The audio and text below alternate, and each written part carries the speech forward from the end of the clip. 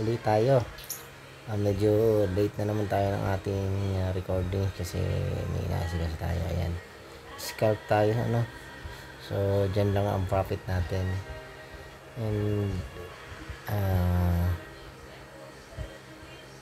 binabala ko tong mag second entry pag na-take yung profit natin. So around dito, ayan, around 2.5 to something, and then take profit naman is around here.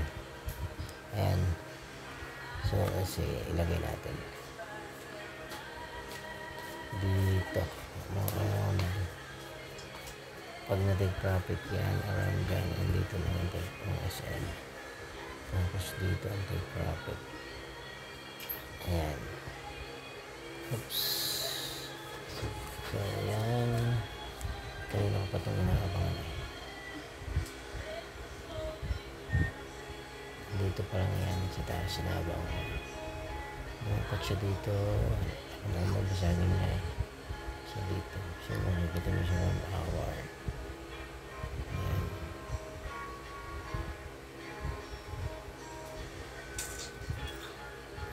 Okay, so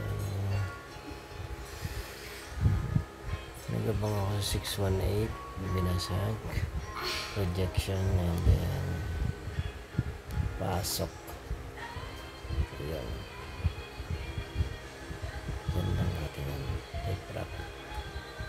Yan lang.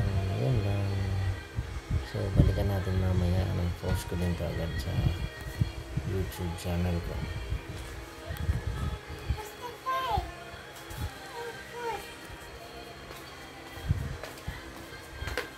So sa mga gustong sumabay, abot pa, malapit pa. Yun lang,